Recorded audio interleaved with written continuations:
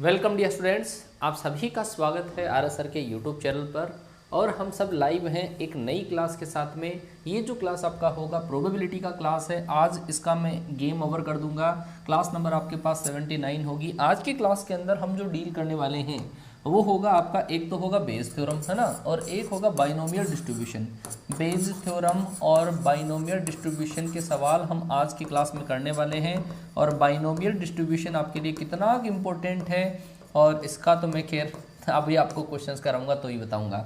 Binomial distribution द्विपद बंटन होता है और एक होता है बेज थ्योरम, एक होता है हालांकि टोटल प्रोबेबिलिटी, वो भी मैं आपको बता दूंगा। तो सारे के सारे बच्चे लाइव आ जाएं, स्टार्ट करते हैं आज का बेहतरीन सेशन आप लोगों के लिए। बेटा अनअकैडमी लर्निंग ऐप आप अपने गूगल प्ले स्टोर से डाउनलोड करना और डाउनलोड करने के बाद में ऐसा आइकन आप उसको सेलेक्ट करके डाउनलोड करना। वहाँ पे आप ND air force navy XY category choose करना। कैटेगरी चूज करने के बाद में आप आर एस सर को फॉलो कर सकते हैं, रामस्वरूप जैनी सर को आप फॉलो कर सकते हैं, जो आपके डिफेंस कैटेगरी में फिजिक्स में नंबर 1 एजुकेटर है in all over the India. ठीक है, आप उनको फॉलो करिए और फॉलो करने के बाद में उनकी जो क्लासें हैं, स्पेशल क्लासें हैं, 8 बजे आती है एक क्लास सुबह और एक शाम को 8:30 बजे जो क्लास आती है उनको आप ज्वाइन करें। फ्री ऑफ कॉस्ट होती है स्पेशल क्लासें, कोई भी चार्ज नहीं पे करना होता। अगर आपको प्लस की क्लासें अगर लेनी है तो प्लस के लिए आपको सब्सक्रिप्शन लेना पड़ता है। सर के 3 बैच रनिंग में है, इंदिरा बैच, वायु बैच, जिनकी टाइमिंग लिखी हुई है, और एक बैच जो सर का रनिंग में है वो है शाम को 6 से लेकर 7 बजे तक। आप इनमें से किसी भी बैच को एनरोल कर सकते हैं, लेकिन उससे आपको सब्सक्रिप्शन लेना पड़ेगा। और सब्सक्रिप्शन लेने के लिए आपके पास 1 मंथ, 3 मंथ, 6 मंथ का चार्जेज ये है। लेकिन अगर आपने इस कोड को अप्लाई किया तो इससे आपको 10% का इंस्टेंट डिस्काउंट मिल जाएगा। थोड़े ही दिनों के अंदर ये वाला जो आपका 5% होने वाला है। कहीं पर रेफरल कोड पूछें, कहीं अनलॉक कोड पूछें, कहीं पर कोई सा भी कोड अगर पूछें तो आप केवल इस कोड को अप्लाई करें, RSR लाइव कोड को अप्लाई करें। इससे 10% का इंस्टेंट डिस्काउंट आपको किसी भी बैच कोर्स, किसी भी इंडिविजुअल कोर्स, किसी भी टीचर का कोर्स, कोई सा भी कोर्स हो, सब के अंदर आपको एडमिशन मिल जाएगा, सब्सक्रिप्शन आपको मिल जाएगा। ये मैथ्स की क्लास है, मेरी क्लासें हैं। सुबह 9 बजे जो मेरी क्लास आएगी वो दंगल बैच की क्लास होगी। उसके बाद में 11 बजे मेरी जो क्लास आती है मिशन 2021 वाले बैच की। ये वाला बैच ऑलमोस्ट कंप्लीशन पे है ना, ये वाला बैच ऑलमोस्ट कंप्लीशन पे है और 10 मार्च तक बेटा इसका जो कोर्स है वो कंप्लीट हो जाएगा। 10 मार्च लास्ट है, ऐसे मान लो 10 मार्च से पहले पहले ही मैं कोर्स आपका कंप्लीट करा दूंगा। प्रैक्टिस भी मैंने साथ में करवाई है।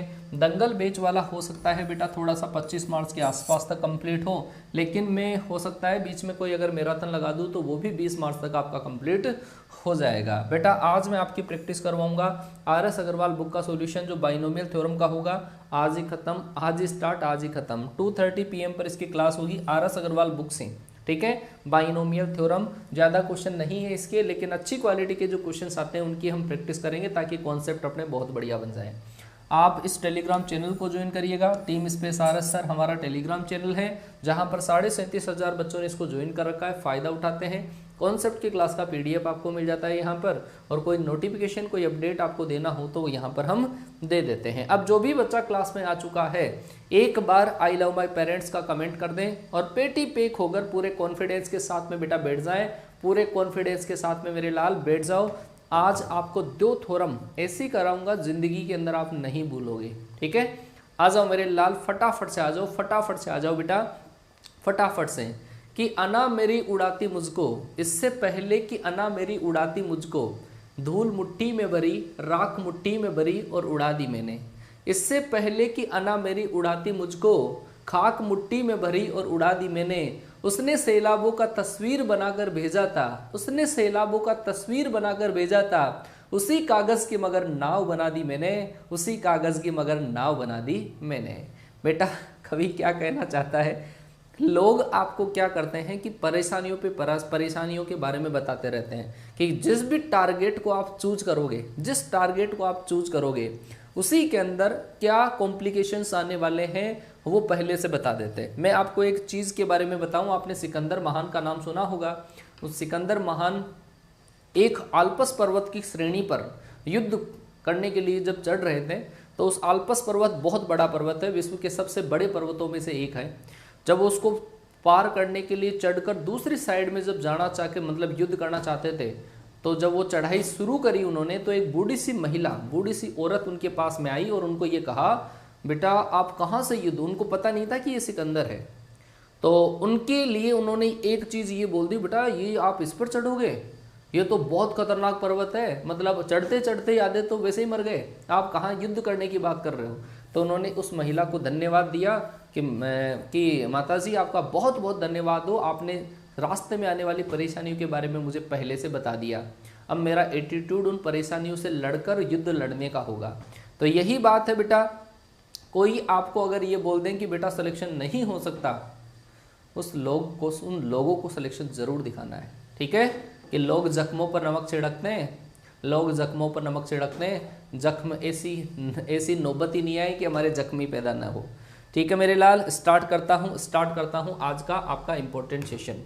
आज के सेशन के अंदर हम दो चीज़ पढ़ने वाले हैं, एक तो बेज थ्योरम और एक होगा आपका बाइनोमियल डिस्ट्रीब्यूशन। तो सबसे पहली बात मैं आपको यही पढ़ा देता हूँ, बाइनोमियल डिस्ट्रीब्यूशन क्या होता है। बाइनोमियल डिस्ट्रीब्यूशन क्या होता है, बहुत ही कमाल की चीज़ होती है binomial distribution. Binomial distribution, binomial distribution का मतलब होता है आपका द्विपद बंटन। क्या होता है, द्विपद बंटन। और कहाँ पे, यहाँ पे इसको यूज करते हैं, कौन कौन से पैरामीटर इसके अंदर काम में आएंगे, सारी चीज़ें हम कवर करेंगे बेटा, है ना, सारी चीज़ें हम इसको कवर करेंगे। बेटा सुनना, बेटा एक चीज़ मैं आपसे बोलना चाहता हूँ कि अगर आप कॉन्सेप्ट के ऊपर फोकस करते हो, जो आप कॉन्सेप्ट, अच्छा हाँ, नेपोलियन बोनापार्ट था, सॉरी नेपोलियन बोनापार्ट था, हाँ है ना, चलो जी, हाँ, चलो एक चीज़ मैं आपको बता दूं बेटा कि अगर आप कॉन्सेप्ट के ऊपर अगर फोकस करते हो, कॉन्सेप्ट के ऊपर अगर आप फोकस करते हो, तो फिर आपको टाइम कहाँ से मिल जाता है कमेंट करने का, भगवान ही मालिक है इस बात का, कि जब आप फोकस करते हो कॉन्सेप्ट के ऊपर, अगर फोकस करते हो, सारी चीज़ समझने की कोशिश करते हो, तो आपको कहाँ से टाइम मिल जाता है, कहाँ से टाइम मिल जाता है, कहाँ से टाइम मिल जाता है, मुझे नहीं पता।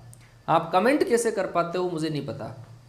बेटा कमेंट पे फोकस मत करो, कॉन्सेप्ट के ऊपर फोकस करो, ताकि कॉन्सेप्ट तुम्हारे दिमाग में घुसे, है ना।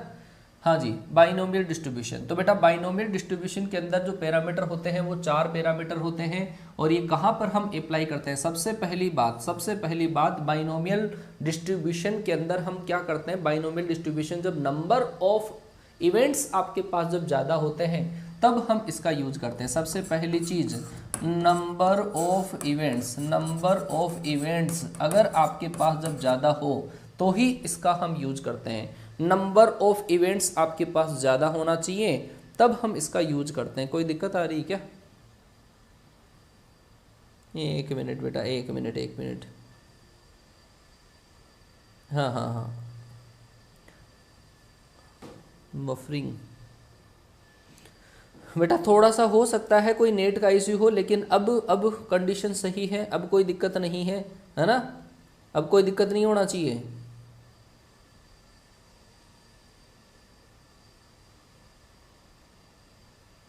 सही है क्या? अब ओके है, क्लियर है कि नहीं, ये बताओ। अब क्लियर है क्या? बफरिंग हो रहा है, अब क्लियर होगा बेटा, क्लियर होगा, अब क्लियर होगा, जरा देखो तो सही क्लियर है कि नहीं है, बफरिंग हो रही है। एक मिनट।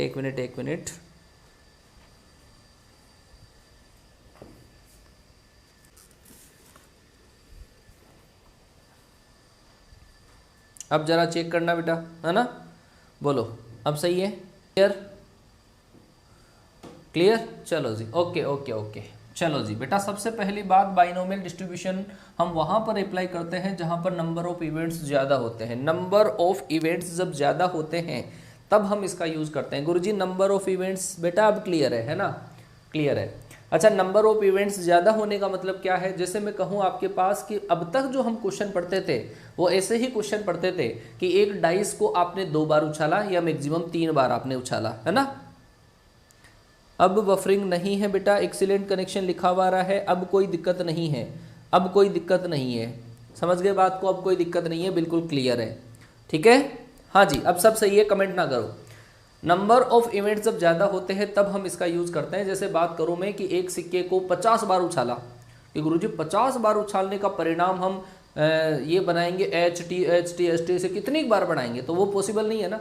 तो ऐसे केस में जब नंबर ऑफ इवेंट ज़्यादा होते हैं तब हम इसका क्या करते हैं, यूज करते हैं। इसके अंदर दूसरी चीज़ ये है कि जो आउटकम्स आपके पास होगी वो क्या होनी चाहिए, इंडिपेंडेंट इवेंट होनी चाहिए। इंडिपेंडेंट का मतलब क्या होना चाहिए, स्वतंत्र परिणाम होने चाहिए। स्वतंत्र जब परिणाम होते हैं तब हम इसका यूज करते हैं। इंडिपेंडेंट का मतलब क्या है कि एक इवेंट के होने का उसकी प्रोबेबिलिटी का दूसरे पे कोई फर्क नहीं पड़ना चाहिए। जैसे कहो आप कि गुरुजी एक डाइस है, एक आपके पास पासा है, उस पासे को 50 बार उछालेंगे तो गुरुजी 2 बार उछालने पे पासा टूट गया तो बेटा वो एक्सपेरिमेंट इसमें शामिल नहीं करते। इसका मतलब ये फिक्स है कि आगे वाले एक्सपेरिमेंट के अंदर प्रोबेबिलिटी आपकी चेंज नहीं होगी, जिसको बोलते हैं इंडिपेंडेंट इवेंट आपके पास होती है। तीसरी, प्रत्येक जो आपका इवेंट होता है उसके केवल 2 ही परिणाम होते हैं, या तो आपके पास क्या होता है, सक्सेस होता है, या फिर आपके पास क्या होता है, फेलियर। 2 ही परिणाम होते हैं, एक इवेंट के 2 ही परिणाम, इसमें तीसरा शामिल नहीं करते हैं, या तो सक्सेस या फिर क्या करते हैं, फेलियर। एक आपके पास जो आउटकम्स होगी वो फाइनाइट होनी चाहिए, ऐसे नहीं कि अनंत के लिए हम इसको लगा रहे हैं। तो ये वाली चीजें आपके पास 4 कंडीशन को फॉलो करता है। नंबर ऑफ इवेंट ज्यादा हो, आपके पास जो इवेंट होती है वो इंडिपेंडेंट होनी चाहिए। हाँ बेटा, आज लास्ट क्लास है और आज इसका गेम ओवर आपका हो जाएगा। क्लियर है क्या, सही दिख पा रहा है? हाँ, तो ये आपके पास 4 कंडीशन के अंदर इसको हम अप्लाई करते हैं। नंबर ऑफ इवेंट जो आपका होता है इसको हम n से रिप्रेजेंट करते हैं, नंबर ऑफ इवेंट को हम n से रिप्रेजेंट करते हैं, सक्सेस को हम p से रिप्रेजेंट करते हैं, फेलियर को हम q से रिप्रेजेंट करते हैं। एक होता है number of success, number of success जो आपका होता है उसको हम x से रिप्रेजेंट करते हैं, नंबर ऑफ सक्सेस को हम x से रिप्रेजेंट करते हैं। ठीक है, तो ये 4 चीजें होती है। n होता है आपके पास नंबर ऑफ इवेंट। मैं कहूं कि एक सिक्के को 10 बार उछाला तो n बराबर कितना हो जाएगा, 10। मैं कहूं कि एक पासे को 50 बार उछाला तो n बराबर कितना हो जाएगा, 50। मैं कहूं कि 10 अंडों में से 2 अंडे आपको खाने हैं तो अंडे कितने हैं टोटल, 10, तो n आपके पास कितना हो गया, 10। मैं कहूं कि आपके पास 100 बल्बों में से 10 बल्ब निकालने हैं तो n कितना हो गया, 10 हो गया। जिन पर एक्सपेरिमेंट करेंगे वो n होता है।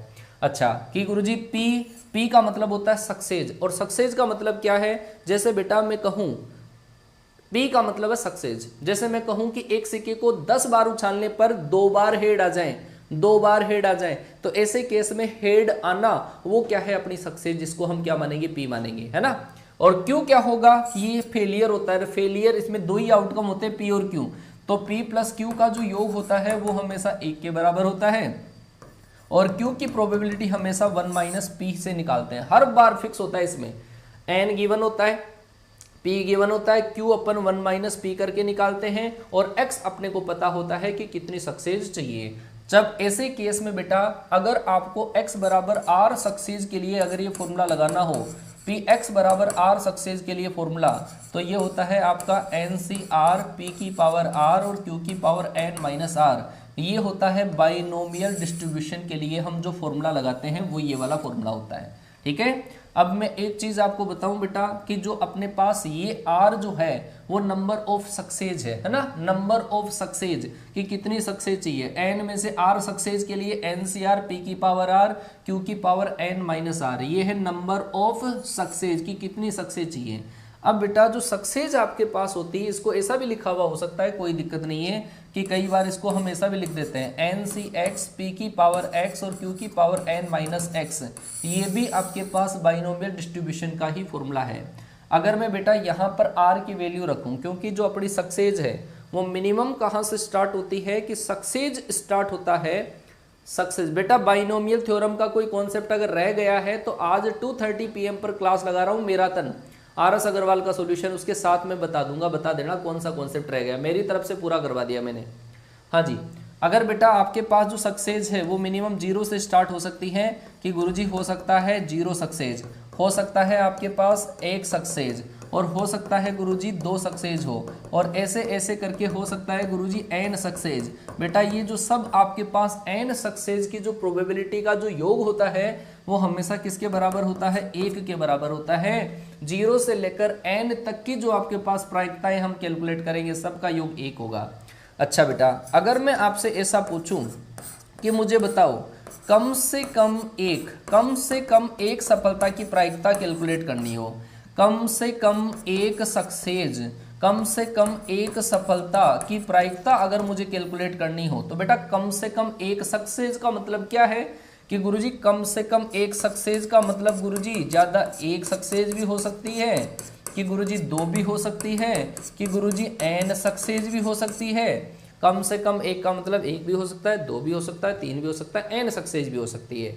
तो ऐसे केस में गुरुजी x बराबर 0 को हम उधर भेज देंगे, तो इसका मतलब आपके पास 1 माइनस पी एक्स बराबर 0। ये हो गया बेटा कम से कम एक सक्सेस का। कम से कम एक सफलता अगर आपको लानी हो तो वो होता है 1 माइनस पी एक्स बराबर 0। जैसे मैं कहूँ कि बेटा कम से कम दो का मतलब 2 से लेकर n तक की प्रायिकताओं का योग, और वो कैसे आएगा, उस टाइम आपको इन दोनों को उधर ट्रांसफर करना पड़ेगा। 1 माइनस पी एक्स बराबर 0 और पी एक्स बराबर 1 जब कम से कम 2 की बात करें।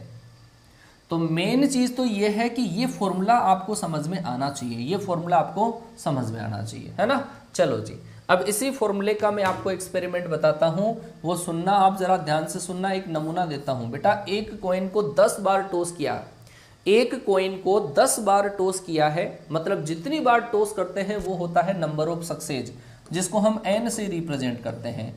एक कॉइन को 10 बार टॉस किया है, एक कॉइन को 10 बार टॉस किया है, तो 2 बार हेड आने की प्रोबेबिलिटी, 2 बार हेड आने की प्रोबेबिलिटी। पहला सवाल तो आपके पास है कि 2 टाइम्स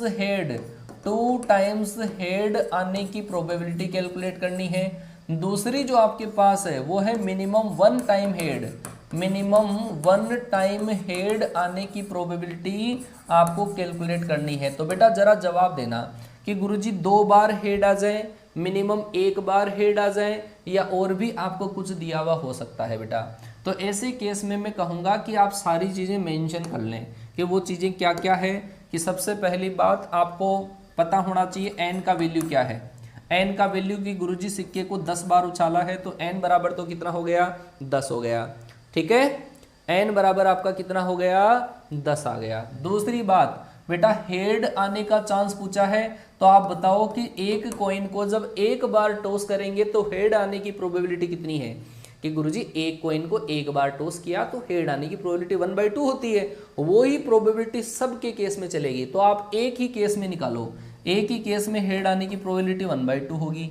अच्छा क्यू बराबर बेटा कितना होगा, कि गुरुजी क्यू बराबर तो आपने बताया 1 माइनस पी होता है, और p की वैल्यू यहां पर रखी तो कितना आ जाएगा बेटा, 1/2 आ जाएगा।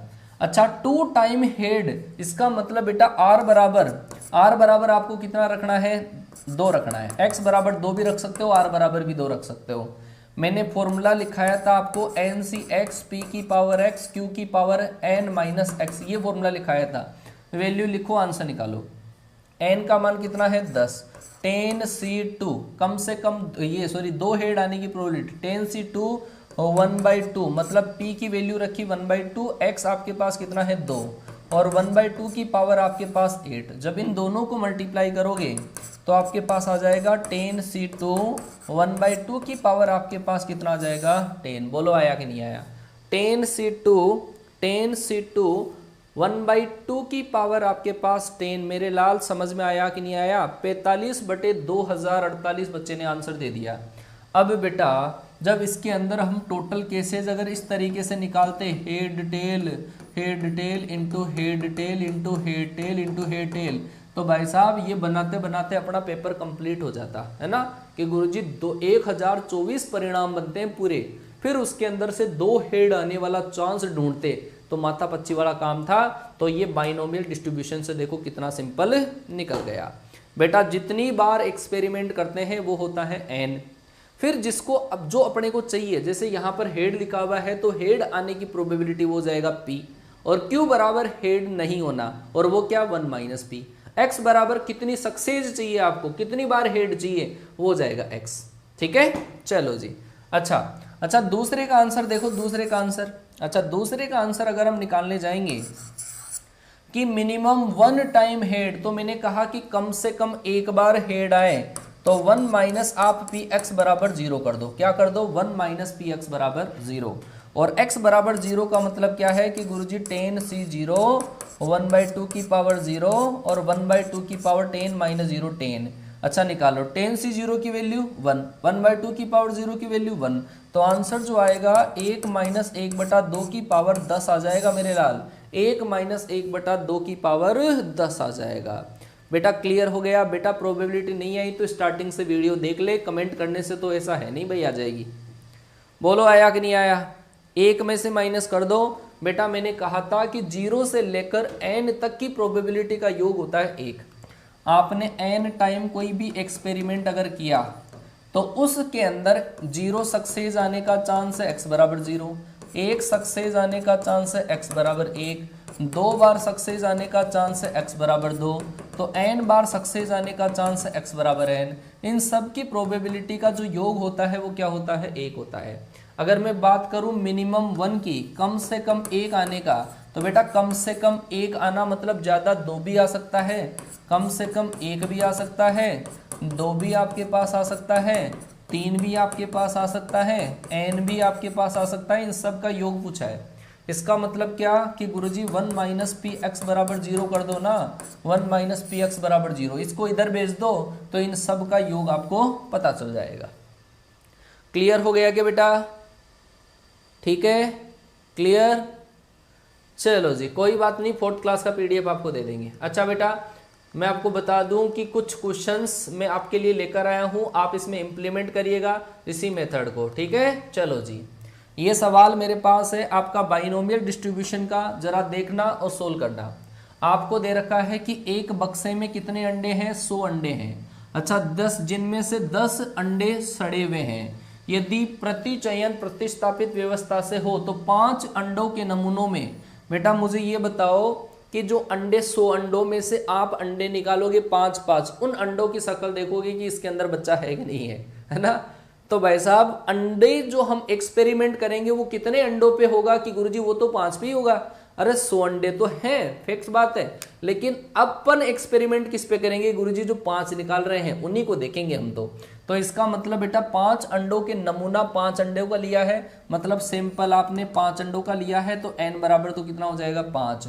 ये दे रखा है कि अंडा सड़ा न होना, तो बेटा अपन सक्सेस जो मानेंगे P वो है आपका अंडा सड़ा होना, अंडा सड़ा होना, रोटन एग, है ना? चलो जी, अंडा सड़ा हुआ हो। अच्छा मुझे बताओ अंडे सड़े हुए होने की प्रोबेबिलिटी कितनी है कि गुरुजी 10 अंडे तो सड़े हुए हैं और टोटल है आपके पास 100। इसका मतलब बेटा अंडा सड़ा हुआ हो, इसकी प्रोबेबिलिटी 1/10। अच्छा मैं अगर पूछूं क्यू कितना होगा रे, तो आप कहोगे कि गुरुजी क्यू तो 1 - p होता है, चाहे कुछ भी कर लो। 1 - 1/10, बोलो मेरे लाल कितना आया कि गुरुजी 9/10। अच्छा मुझे कितनी सक्सेस चाहिए कि भाई साहब दे रखा है कि एक भी अंडा सड़ा हुआ नहीं होना चाहिए। एक भी अंडा अगर सड़ा हुआ नहीं हो तो x बराबर क्या मानना पड़ेगा? 0। इसका मतलब लगाओ फॉर्मूला NCx p की पावर x और q की पावर n - x। n का मान है आपके पास 5, c x का मान है 0, p का मान क्या है बेटा? 1/10। 1/10 की पावर तो 0 और 9/10 की पावर आपके पास कितनी हो जाएगी मेरे लाल? 5। इसकी वैल्यू 1, इसकी वैल्यू 1, 9/10 की पावर 5, 9/10 की पावर 5, डी ऑप्शन आपका राइट आंसर आ जाएगा बेटा। बोलो आया कि नहीं आया? बेटा 4th क्लास का पीडीएफ मिल जाएगा, कमेंट ना करो, गोछा ना करो, हाँ इसी को समझो। डी आंसर आपका राइट आंसर हो गया। क्लियर हो गया? चलो जी बहुत बढ़िया बेटा, ये हो गया 9/10 की पावर 5। क्लियर हो गया? चलो जी आगे हम और क्वेश्चन को सोल्व करते हैं सेम ही कॉन्सेप्ट के बेस पर।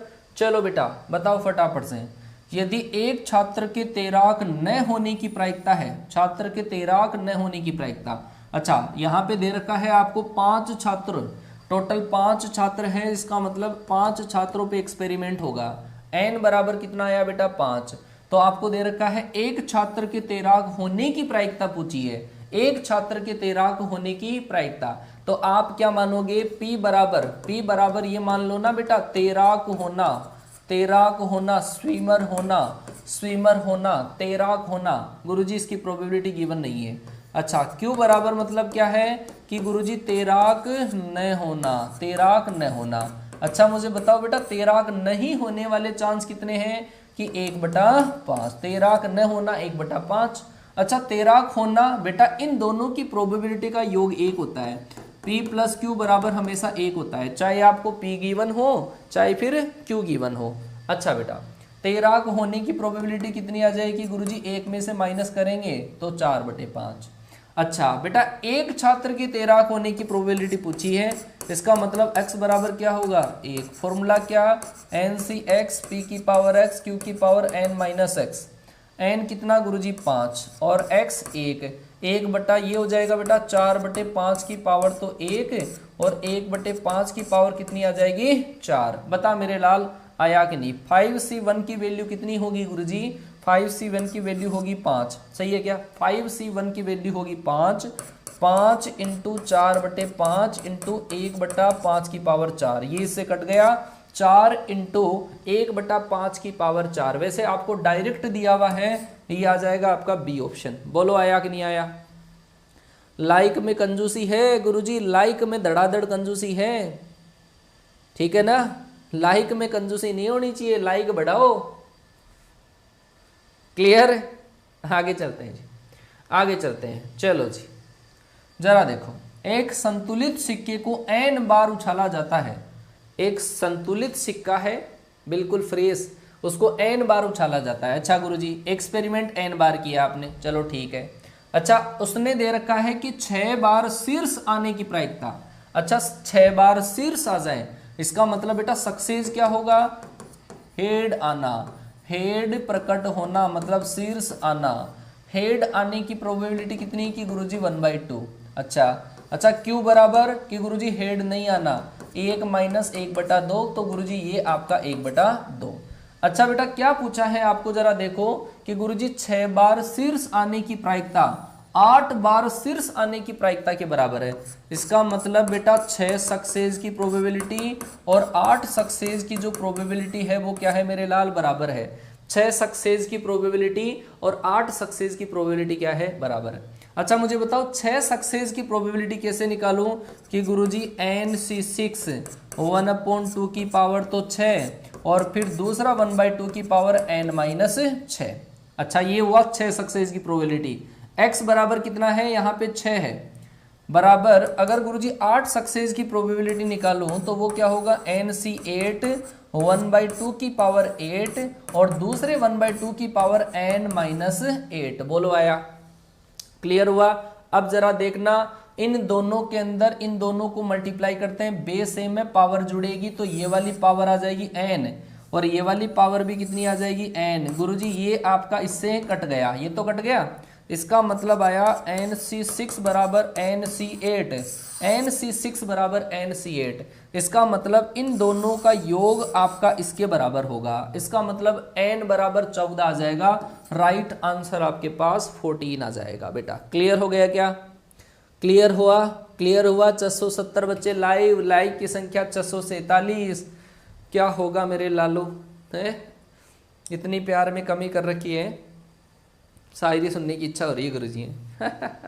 अच्छा आज आपको स्टार्टिंग के अंदर एक बहुत प्यारी सी शायरी सुनाई थी कि याद है क्या, इससे पहले कि अना मेरी उड़ाती मुझको, इससे पहले कि अना मेरी उड़ाती मुझको, मैंने राख मुट्ठी में भरी और उड़ा दी, राख मुट्ठी में भरी उड़ा दी मैंने। उसने सैलाबों की तस्वीर बनाकर भेजी थी और उसी कागज के मगर नाव बना दी मैंने। कवि क्या कहना चाहता है, कवि कहना ये चाहता है कि लोग आपको परेशानियों के बारे में अगर बता देते हैं तो आप उनसे परेशान मत हो, आप उन्हीं परेशानियों को निचोड़कर उनका निचोड़ निकालकर सक्सेस के रूप में कन्वर्ट कर दो। कवि की भावना ये है।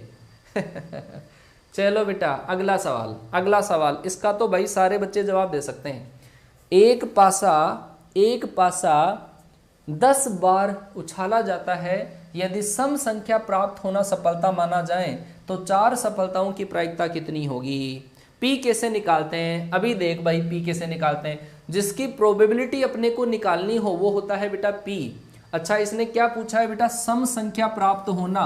अब मुझे बता एक पासे को जब आप एक बार उछालोगे तो सम संख्या मतलब इवन नंबर की प्रोबेबिलिटी कितनी है, वही आपके पास p होगा कि गुरुजी एक पासा उछाला 10 बार, तो जितनी बार उछालते हैं वो होता है n। अच्छा p क्या है कि गुरुजी p है इवन नंबर आना, सम संख्या प्रकट होना। अच्छा एक पासे को एक बार उछाले तो टोटल चांस होते हैं 6 और इवन नंबर 2 4 6 मतलब 3, इसका मतलब प्रोबेबिलिटी कितनी आएगी बेटा 1/2 कि गुरुजी p बराबर 1/2। अच्छा q बराबर कितना कि गुरुजी q बराबर होता है 1 - p, इसका मतलब 1 - 1/2, तो बोलो कितना आएगा कि गुरुजी 1/2। अच्छा कि गुरुजी 4 सफलताओं की प्रायिकता पूछी है, 4 सक्सेस। अच्छा 4 सक्सेस अगर पूछा है तो गुरुजी x बराबर 4 क्यों नहीं कर देते, अरे सही है क्या, x बराबर 4 कर दो। x बराबर 4 करोगे मेरे लाल तो वो आ जाएगा 10c4 1/2 की पावर तो 4 और दूसरे 1/2 की पावर 10 - 4 मतलब 6।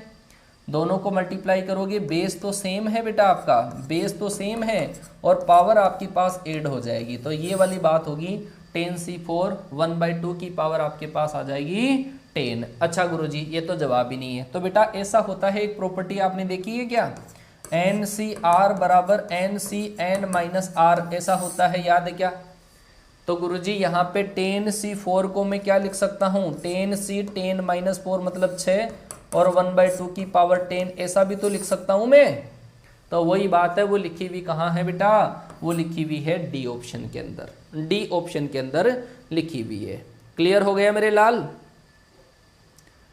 चलो जी बहुत बढ़िया बेटा। चलो जी अगला सवाल बताओ, अगला सवाल कि गुरुजी एक पासे को 7 बार फेंकने पर, एक पासे को 7 बार फेंका है, इसका मतलब बेटा एक्सपेरिमेंट कितनी बार किया कि गुरुजी 7 बार किया।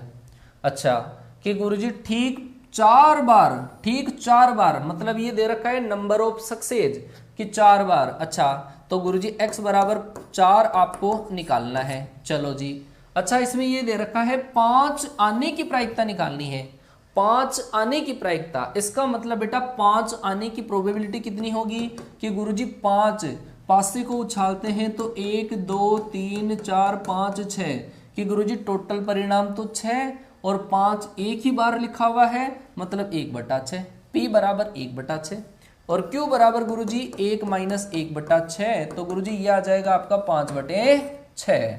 अच्छा बेटा निकाल लोगे अब तो, बोलो। अच्छा आंसर आ गया, तो ये आ जाएगा बेटा 10c4 1/6 की पावर तो 4 और दूसरा है 5/6 की पावर आपके पास कितनी आ जाएगी 3, बोलो।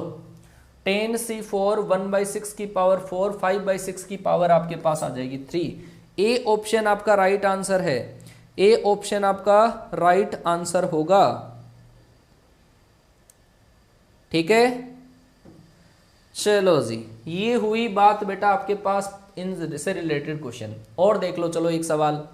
अच्छा अगला सवाल दे रखा है, एक पासे को 5 बार फेंका जाता है, एक पासे को 5 बार फेंका जाता है, ठीक 3 बार सम संख्या आने की प्रायिकता निकालो। देखो कितना सीधा सा सवाल है कि गुरुजी पासे को फेंका 5 बार तो n बराबर तो हुआ 5 है ना, 3 बार मतलब गुरुजी सक्सेस कितनी है 3, x बराबर गुरुजी 3 की प्रोबेबिलिटी निकालनी है।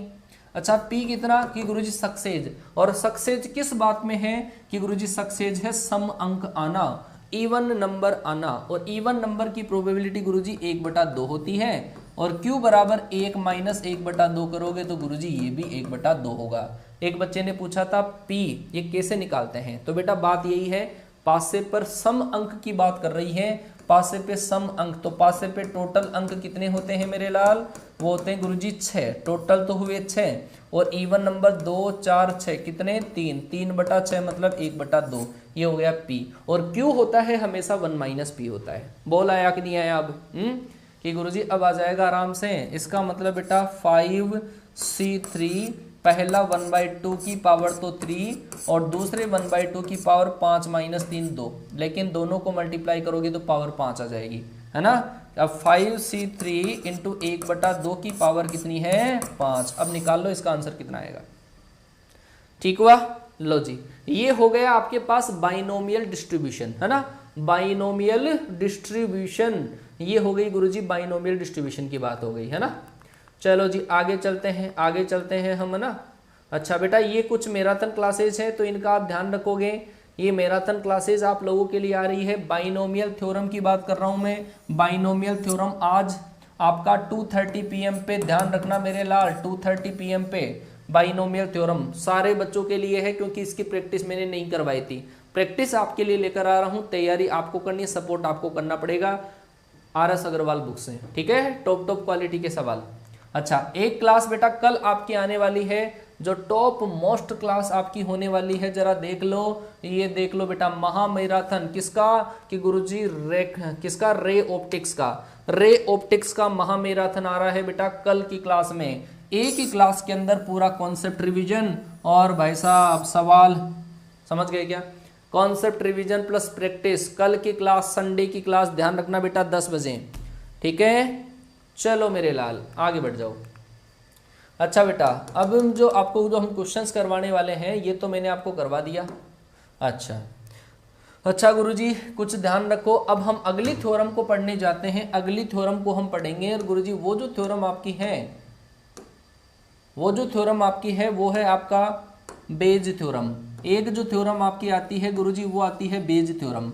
जरा ध्यान से समझने की कोशिश करना, फिर ये वाला चैप्टर आपका कंप्लीट हो जाएगा। एनडीए के अंदर बेटा आपका बाइनोमियल डिस्ट्रीब्यूशन का 100% सवाल आता है, और एक सवाल आपका बेज थ्योरम का आता है। ये दोनों पक्के एक एक सवाल तो आते ही है। हालांकि जो दूसरा वाला जो तरीका बताया बेज का तो एक ही क्वेश्चन आएगा, और जो आपका बाइनोमियल है उसके 2 क्वेश्चन भी आ जाते हैं, ठीक है ना। तो 3-4 सवाल तो इन्हीं के बन गए। अच्छा, बेज थ्योरम की मैं बात करूं तो गुरुजी बेज थ्योरम में क्या होता है, आपके पास एक सैंपल स्पेस में, ये सैंपल स्पेस है, और इस सैंपल स्पेस में कुछ अलग अलग इवेंट आपके पास होती हैं जो एक्सक्लूसिव होती है। ध्यान से सुनना मेरी बात को, कमेंट मत करो बस, है ना। एयरफोर्स के अंदर आपका सवाल तो आता है, कई बार बेज से आ जाता है, क्योंकि एक ही सवाल आता है एयरफोर्स नेवी में, तो प्रोबेबिलिटी का एक सवाल आता है, वो किसी भी पार्ट से आ सकता है। लेकिन एनडीए में फिक्स है कि 2 सवाल या 3 सवाल तो आपके बाइनोमियल डिस्ट्रीब्यूशन से आएंगे, एक सवाल इससे आएगा, ये तो पक्का है। अगर ये पूरा आपका एक सैंपल स्पेस है, और इस सैंपल स्पेस में 3 इवेंट आपके पास है जो एक्सक्लूसिव है, जो अपवर्जी है, जो असंयुक्त है, जिनके अंदर कोई भी कॉमन मैचिंग नहीं है। इन सारी इवेंट के होने के बाद में एक इवेंट होती है जिसका थोड़ा थोड़ा पार्ट इन सब के अंदर से क्या है, कॉमन है। थोड़ा थोड़ा पार्ट इन सब में से क्या है, कॉमन है। अगर बेटा इस कॉमन इवेंट की जो हम प्रोबेबिलिटी निकालते हैं, इस कॉमन इवेंट की अगर हम प्रोबेबिलिटी निकालते हैं PA, तो ये जो होता है आपका, वो होता है PE1.PA/E1 प्लस आपके पास PE2.PA/E2 होता है ना, ऐसा। और एक आपके पास में E3 और लगा सकते हो। गुरुजी यहाँ तक जो बात आपकी है ना, यहाँ तक की जो बात आपकी है वो है गुरुजी टोटल प्रोबेबिलिटी थ्योरम। किसकी, टोटल प्रोबेबिलिटी, इसको बोला जाता है टोटल प्रोबेबिलिटी। अभी एग्जाम्पल से आपका और क्लियर हो जाएगा। जरा सुनना मेरी बात कि 2 या 3 अपवर्जी घटनाएं आपके पास है, अलग अलग इवेंट आपके पास है, उनके बाद में इन दोनों में से मिक्स करके एक इवेंट दोनों से पास होती है। और अगर इस इवेंट की प्रोबेबिलिटी आपको निकालनी है जो दोनों में थोड़ी बहुत कॉमन है, उस इवेंट की प्रोबेबिलिटी हम निकालते हैं किससे, कि गुरुजी टोटल प्रोबेबिलिटी थ्योरम से। एक नमूना देखो, उसके बाद में समझ में आएगा। कि मैंने कहा गुरुजी कि आपके पास 2 बैग हैं। क्या है, 2 बैग है। पहला जो बैग है, इस बैग के अंदर रेड कलर की जो बॉल है वो तो कितनी है, 5, और ब्लैक कलर की जो बॉल है वो है गुरुजी 6। अच्छा, दूसरा जो बैग है, बैग नंबर 1, तो ये है बैग नंबर 1, और ये है गुरुजी बैग नंबर आपके पास क्या है, 2 है। अच्छा, इसमें रेड कलर की जो बॉल है वो तो है 7, और इसके अंदर जो ब्लैक कलर की जो बॉल है वो है मेरे लाल 4। ध्यान से सुनना, 2 बैग रखे हुए हैं, और पहले बैग में रेड और ब्लैक बॉल है, दूसरे बैग में भी रेड और ब्लैक बॉल है। बैग रख दिए गुरुजी, है ना। अब क्या हुआ कि इन दोनों बैग जो एक साथ रखे हुए थे, उनमें से एक बॉल निकालनी है, और उस बॉल के रेड बॉल की प्रोबेबिलिटी आपको कैलकुलेट करनी है कि दोनों बैग को चूज करके एक बॉल निकाली जाती है। अगर वो रेड बॉल हो तो इसकी प्रोबेबिलिटी क्या होगी। सुनना मेरे लाल कि गुरुजी ये तो पूरा सैंपल स्पेस था, है ना। यहाँ पर आपने 2 बेग रख दिए, ये तो आपका बेग नंबर 1 है और गुरुजी ये आपका बेग नंबर 2 है ना। अब इन दोनों बेग में से कुछ रेड बॉल दोनों में कॉमन थी, लेकिन गुरुजी बीच में अगर ये कॉमन बॉल है, ये जो इवेंट आपका हुआ है इसकी प्रोबेबिलिटी आपको पूछी थी कि आपको रेड बॉल की निकालने की प्रोबेबिलिटी बतानी है। अच्छा कि गुरुजी ये रेड बॉल वाला जो इवेंट होता है इसका नाम क्या होता है, ए। इस रेड बॉल वाले इवेंट का जो नाम होता है वो क्या होता है, ए। और ये जो अलग अलग इवेंट होती है ये और ये, इसका नाम होता है E1 और E2। अच्छा मुझे बताओ E1 क्या होगा कि गुरुजी रेड बॉल होना, ये तो इवेंट हो गया ए, और E1 हो गया गुरुजी पहले बेग में से निकाला जाना, बेग नंबर 1 होना। अच्छा मुझे बताओ E2 क्या होगा कि गुरुजी वो होगा आपका बेग नंबर 2 होना। अच्छा गुरुजी आपने फॉर्मूला बताया कि रेड बॉल निकालने की जो प्रोबेबिलिटी है वो इस तरीके से निकालेंगे, PE1 dot PA upon E1 plus आपके पास PE2 dot PA upon E2। गुरुजी इस तरीके से निकालेंगे, समझ में आया, ये फॉर्मूला था। अच्छा बेटा मैंने लिखा E1, तो आप यहाँ पे पढ़ो E1 इवेंट कौन सा है कि गुरुजी बेग नंबर 1। अच्छा तो ये है PE1 का मतलब है पहला बेग होने की प्रोबेबिलिटी, क्या, पहला बेग होने की प्रोबेबिलिटी। अच्छा बेटा बेग ही टोटल 2 है, 2 बेग है, पहला और दूसरा, तो बताओ पहला बेग होने की प्रोबेबिलिटी कितनी होगी कि गुरुजी 2 ही बेग हैं और पहला बेग आने की प्रोबेबिलिटी कितनी होगी, 1/2। अच्छा कि गुरुजी A अपॉन E1 क्या है कि गुरुजी ऐसी जो इवेंट होती है जो बटे में लिखी जाती है वो कंडीशनल होती है, जो कल मैंने पढ़ाई थी। अच्छा कंडीशनल में क्या गणित होती है कि गुरुजी नीचे वाला इवेंट हो जाता है और ऊपर वाले की प्रोबेबिलिटी निकालते हैं। तो PA अपॉन E1 का मतलब, E1 का मतलब तो पहला बेग और A का मतलब क्या है, रेड बॉल। तो A अपॉन E1 का मतलब लिख लेना, PA अपॉन E1 का जो मतलब होता है वो होता है फर्स्ट बेग में रेड बॉल, फर्स्ट बेग में रेड बॉल होना। समझ गए बेटा, फर्स्ट बेग में रेड बॉल होना। नीचे वाले को पहले पढ़ते हैं फिर ऊपर वाले को पढ़ा जाता है। E1 मतलब पहला बेग, A का मतलब रेड बॉल, मतलब पहले थैले में रेड बॉल। अच्छा पहले थैले में रेड बॉल की प्रोबेबिलिटी कितनी है कि गुरुजी रेड बॉल तो है 5 और टोटल कितनी है मेरे लाल, 11। तो PA अपॉन E1 आ जाएगा 5/11। क्लियर हुआ, चलो जी। अच्छा मुझे बताओ PE2 क्या होगा कि गुरुजी E2 का मतलब आपने लिखा सेकंड बेग, इसका मतलब सेकंड बेग की प्रोबेबिलिटी, और सेकंड बेग की प्रोबेबिलिटी है गुरुजी 1/2। ठीक। अच्छा गुरुजी A अपॉन E2 क्या है, ये क्या बला है A अपॉन E2 कि गुरुजी E2 का मतलब तो है सेकंड बेग और A का मतलब क्या है, रेड बॉल। सेकंड बेग में रेड बॉल होना, सेकंड बेग में रेड बॉल ये रही कितनी, 7 और टोटल कितनी, 11। ले मेरे लाल आया 5/22 और प्लस आपके पास 7/22। इसका मतलब गुरुजी 12/22, इसका मतलब 6/11। बोलो मेरे लाल आया कि नहीं सवाल, 6/11 आपका राइट आंसर आया, 6/11। बोलो समझ में आ गया।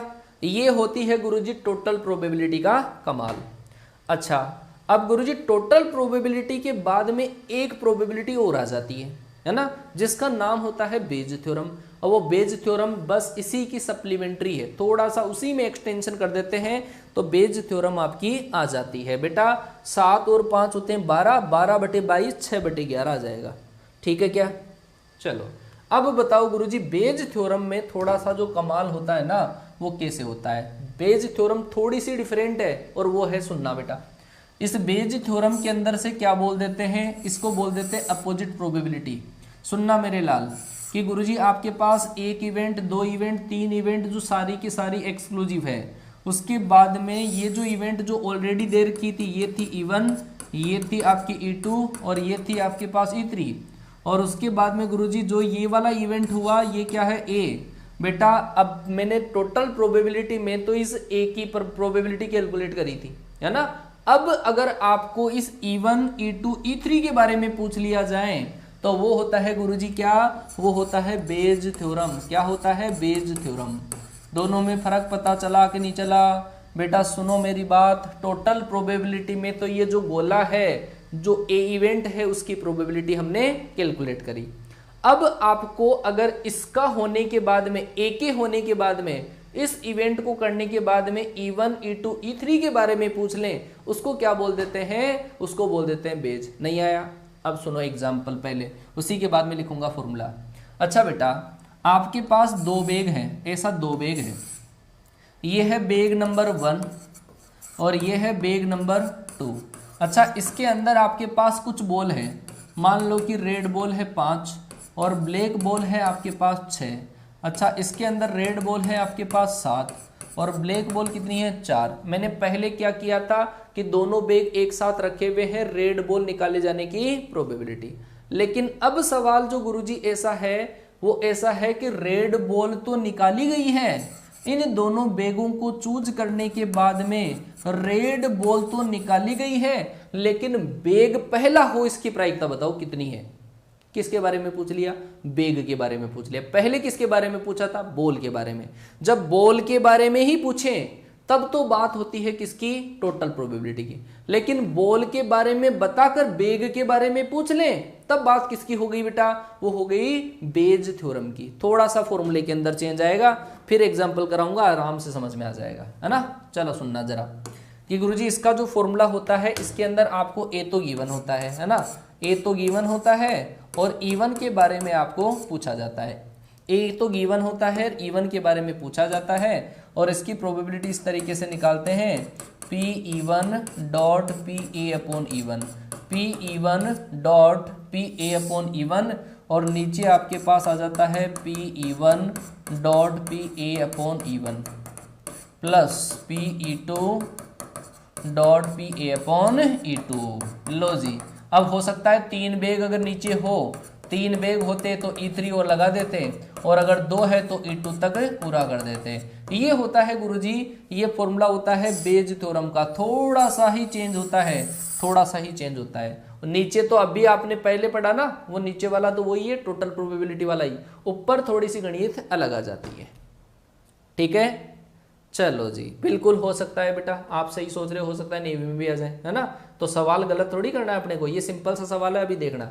तो ये आपका फॉर्मूला है। अब मैं आपको बताता हूं इस सवाल को, है ना, इस सवाल को जो बताता हूं वो ध्यान से समझना आप कि गुरुजी ये वाला सवाल था। इस सवाल के अंदर ऐसा है कि रेड बॉल तो निकाली गई है, पहला बेग होने की प्रोबेबिलिटी पूछी है। प्रोबेबिलिटी वही काम में आएगी, बस फॉर्मूला अलग है ना। चलो जी, अच्छा बेटा, आपको ये दे दिया ए जो इवेंट था कि गुरुजी रेड बॉल तो आपने निकाली है ना। ए इवेंट तो रेड बॉल था, और इवन क्या था कि गुरुजी वो था आपके पास पहला बेग होना, बेग 1 होना, पहला बेग होना, और E2 जो आपके पास था वो क्या था गुरुजी, वो था बेग 2 होना। क्या है, बेग 2 का होना। समझ में आ गई बात। अच्छा बेटा, अगर आपको रेड बॉल के बारे में तो बता दिया और पहले बेग के बारे में पूछा है पी इवन अपॉन ए, तो गुरुजी फॉर्मूला आपने अभी लिखाया P E one dot P A upon E one, और नीचे जो आपके पास आ जाएगा वो आ जाएगा आपके पास P E one dot P A upon E one plus P E two dot P A upon E two. गुरुजी ये वाला फॉर्मूला आपने लिखा था, जरा एक्सप्लेन करो क्या क्या चीजें हैं बेटा। चीजें वो की वही है। अच्छा मुझे बताओ पी इवन क्या है, पी इवन क्या है गुरुजी। पी इवन है पहला बेग होना। पी इवन क्या मेरा लाल, पी इवन जो है वो क्या है कि गुरुजी पहला बेग होना। अच्छा, तो पहला बेग गुरुजी टोटल बेग है 2, और उसमें से एक बेग की प्रोबेबिलिटी पूछ ली आपसे, तो वो कितना होगा मेरे लाल कि गुरुजी 1/2 होगा। अच्छा, अगर मैं पूछूं पी ई टू कितना होगा कि गुरुजी दूसरा बेग होना, और दूसरा बेग दोनों में से दूसरा बेग एक ही है, टोटल बेग 2 है, तो प्रोबेबिलिटी 1/2। अच्छा, इसके बारे में सोचो, ए अपॉन इवन। इवन के केस में जब नीचे और ऊपर लिखा हुआ होता है, उस केस में जो नीचे लिखा हुआ होता है उसको पहले पढ़ते हैं। ए अपॉन इवन का मतलब है, इवन का मतलब पहला बेग और ए का मतलब उसमें रेड बॉल होना। फर्स्ट बेग में रेड बॉल की प्रोबेबिलिटी, फर्स्ट बेग ये है, इसमें रेड बॉल कितनी है 5 और टोटल कितनी है 11। ए अपॉन इवन का मतलब है फर्स्ट बेग में रेड बॉल की प्रोबेबिलिटी, और P A upon E two जो है वो है आपका E2 का मतलब सेकंड बेग, और ए का मतलब रेड बॉल, सेकंड बेग में रेड बॉल की प्रोबेबिलिटी। अच्छा, सेकंड बेग में रेड बॉल कितनी है 7 और टोटल बॉल कितनी है 11, तो प्रोबेबिलिटी आ जाएगी 7/11। अब बेटा कुछ नहीं करना, वैल्यू वो की वही है, केवल आपको फॉर्मूले में पुट करनी है अलग अंदाज से। बस वैल्यू पुट करो, आंसर पाओ। बिल्कुल सीधा सा लॉजिक है इसका। अभी मैं और एग्जांपल कराऊंगा तब और क्लियर हो जाएगा। अच्छा कि गुरुजी E1 की वैल्यू रखी मैंने, E1 की value 1/2 into P A upon E1 की वैल्यू कितनी है गुरुजी 5/11। क्या है 5/11। अच्छा नीचे वाला तो वो का वही है, नीचे वाला तो जो अपन ने पहले कैलकुलेट किया था वो कितना था कि गुरुजी वो था आपके पास कितना, बताओ कितना था 5 पहले वाला कितना था, पहले वाला था 6/11 था शायद, 6/11। अच्छा 6/11 था, है ना। तो बेटा ये 11 से 11 गया, ये 2 इधर मल्टीप्लाई होगा और अब जो आपका आंसर आएगा 5/12 आएगा। अब जो आपका आंसर आएगा 5/12 आ जाएगा। बोलो मेरे लाल, समझ में आया कि नहीं आया। बेटा देखो जो भी चीज़ अपन पहली बार पढ़ते हैं तो वो थोड़ी सी अपने को टिपिकल लगती है, लेकिन अगर उसको छोड़ दिया जाए तो वो और भी ज़्यादा टिपिकल लग जाती है ना। कि उसने सैलाबों का तस्वीर बनाकर भेजा था और उसी कागज़ की मगर नाव बना डाली मैंने, तो उसी को आपको नाव बनाना पड़ेगा सर, ठीक है। हाँ जी, अब बेटा टाइम अपने पास थोड़ा सा कम है, मैं आपको डायरेक्ट सवाल के ऊपर लेकर चलता हूँ। वो सवाल देखना इसके किस तरीके से आपके पास सवाल पूछे जाते हैं। लो जी ये रहा, बोलो जरा ध्यान से देखो। आपको दे रखा है एक थैला है पहला, पहले थैले के अंदर और एक है दूसरा थैला। पहले थैले के अंदर आपके पास ग्रीन जो बॉल है वो कितनी है 4, ग्रीन बॉल है 4 और रेड बॉल कितनी है आपके पास 3। अच्छा दूसरे बैग के अंदर ग्रीन जो बॉल है रेड बॉल कितनी है, रेड बॉल तो है आपके पास 4 तो रेड बॉल, और ग्रीन बॉल कितनी है कि ग्रीन बॉल है 3। ठीक है बेटा बोलो। अब ऐसे सवालों के अंदर अगर मैं बात करूं आपसे कि देखने पर पता चला कि गेंद ग्रीन है, एक बॉल निकाली और वो क्या है ग्रीन कलर की है। अच्छा तो उसके थैला बी से होने की प्रोबेबिलिटी कैलकुलेट करो। ये एनडीए में आया हुआ सवाल है, एनडीए के एग्जाम में आया हुआ सवाल है। बोलो इसका मतलब गुरुजी गेंद ग्रीन है, इसका मतलब जिस इवेंट का पता है अपने को वो क्या है बॉल ग्रीन होना, ग्रीन बॉल होना। ये तो आपका होगा क्या ए होगा। अच्छा E1 क्या है गुरुजी, E1 मतलब है आप मान लो फर्स्ट बेग, क्या मान लो फर्स्ट बेग, और E2 को क्या मानोगे कि गुरुजी सेकंड बेग मान लो, सेकंड बेग मान लो। अच्छा बेटा करना क्या कैलकुलेट है आपको कि गुरुजी बी थैले से मतलब दूसरे थैले से, अच्छा दूसरे थैले से निकालने की प्रोबेबिलिटी के लिए आपको करना पड़ेगा गुरुजी क्या कि गुरुजी A/E2 करना पड़ेगा। क्या करना पड़ेगा A/E2, क्योंकि वहां पे पहला बेग था तो E1 रखो ऊपर, दूसरा बेग है तो E2 रखो ऊपर। अच्छा फॉर्मूला क्या लगेगा कि गुरुजी फॉर्मूला लगेगा P/E2, अगर E2 है तो E2 ऊपर आएगा, P/E2 अपॉन PA/E2, और नीचे वही क्या कि गुरुजी नीचे आएगा आपके पास P/E1 dot PA/E1 plus P/E2 dot PA/E2। बोलो भाई समझ में आया कि नहीं आया, इतनी चीज समझ में आई। केवल वैल्यू आपको पुट करनी है। P/E1 का मतलब है पहला बेग, P/E2 का मतलब है सेकंड बेग। अब लगाओ प्रोबेबिलिटी निकालो। अच्छा P/E1 की जो वैल्यू होगी पहला बेग की प्रोबेबिलिटी गुरुजी 1/2 है, क्योंकि दोनों में से पहला बेग। चलो गुरुजी इसकी तो पता चल गया। अच्छा इसकी प्रोबेबिलिटी बता सकते हो क्या A/E1 की प्रोबेबिलिटी। E1 का मतलब है पहला बेग होना और A का मतलब है उसमें ग्रीन बॉल होना। पहले थैले में ग्रीन बॉल की प्रोबेबिलिटी, पहले थैले में ग्रीन बॉल कितनी है 4 और टोटल बॉल कितनी है 7, कि गुरुजी इसकी प्रोबेबिलिटी आ जाएगी 4/7। अच्छा A/E2 के बारे में बताओ। A/E2 कि गुरुजी बेग तो दूसरा और उसमें ग्रीन, दूसरे थैले में ग्रीन बॉल कितनी है 3 और टोटल कितनी है 7, तो 3/7। अब ये जो सारी वैल्यू है आप यहाँ पे रखो और आंसर आ जाएगा। अब आपको कैलकुलेशन करनी है, थोड़ी थोड़ी कैलकुलेशन करनी है, लाइक में कंजूसी है, और आंसर निकाल दो कितना आएगा। फटाफट से वैल्यू रखो और आंसर निकालो, फटाफट से वैल्यू रखो और आंसर निकालो। बोलो तो बेटा जब आप इसको इससे मल्टीप्लाई करोगे तो कितना आएगा 3/14, और इसको जब आप इससे मल्टीप्लाई करोगे तो 4/14, और प्लस जब आप इसको इससे मल्टीप्लाई करोगे तो 3/14। तो मेरे अकॉर्डिंग जो आंसर आएगा 3/7, 3/7 राइट आंसर आएगा सी ऑप्शन, 3/7 आपका राइट आंसर है। ठीक है। मीन एंड वेरिएंस, अच्छा बाइनोमियल डिस्ट्रीब्यूशन का मीन और वेरिएंस ऐसे करेंगे, प्रैक्टिस में बता देंगे। मीन होता है आपका NP, अच्छा लिख ही लो बेटा, लिख ही लो आप, है ना, लिख भी लो। मीन आपके पास क्या होता है वो भी लिख लो बेटा। बाइनोमियल डिस्ट्रीब्यूशन का मीन लिख लो, बाइनोमियल डिस्ट्रीब्यूशन का जो मीन होता है बेटा वो तो होता है आपके पास एनपी, और जो वेरियांस आपके पास होता है वेरियांस वो होता है एनपीक्यू होता है। अगर बात करूं स्टैंडर्ड डिवीजन की वो होता है अंडरवुड एनपीक्यू होता है। लिख लेना बेटा फॉर्मूला, एन है नंबर ऑफ इवेंट, पी है प्रोबेबिलिटी ऑफ सक्सेस। क्लियर हो गया?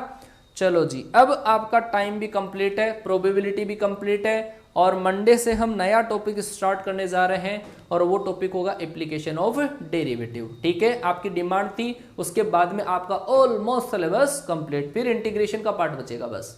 ठीक है, चलो जी।